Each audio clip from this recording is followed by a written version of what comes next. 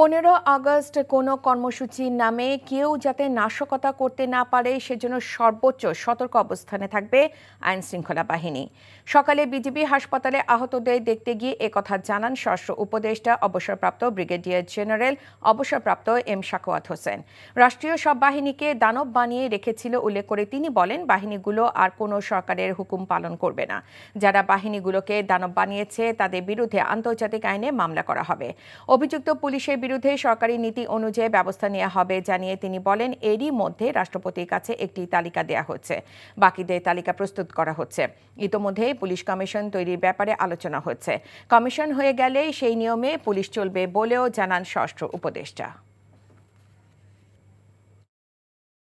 15 August আজকে বিকালে আমরা বসবো, উই উইল ডিসকাস। যেটাই হয় there be heavy presence of police, কেউ যাতে কোনো রকমের গন্ডগোল করতে না পারে। I will try to bring them on to the justice, দেশে এবং দেশের বাইরে, সে যত বড়ই হোক। আমার হাতে যদি পড়ে, I will straight way put them into jail.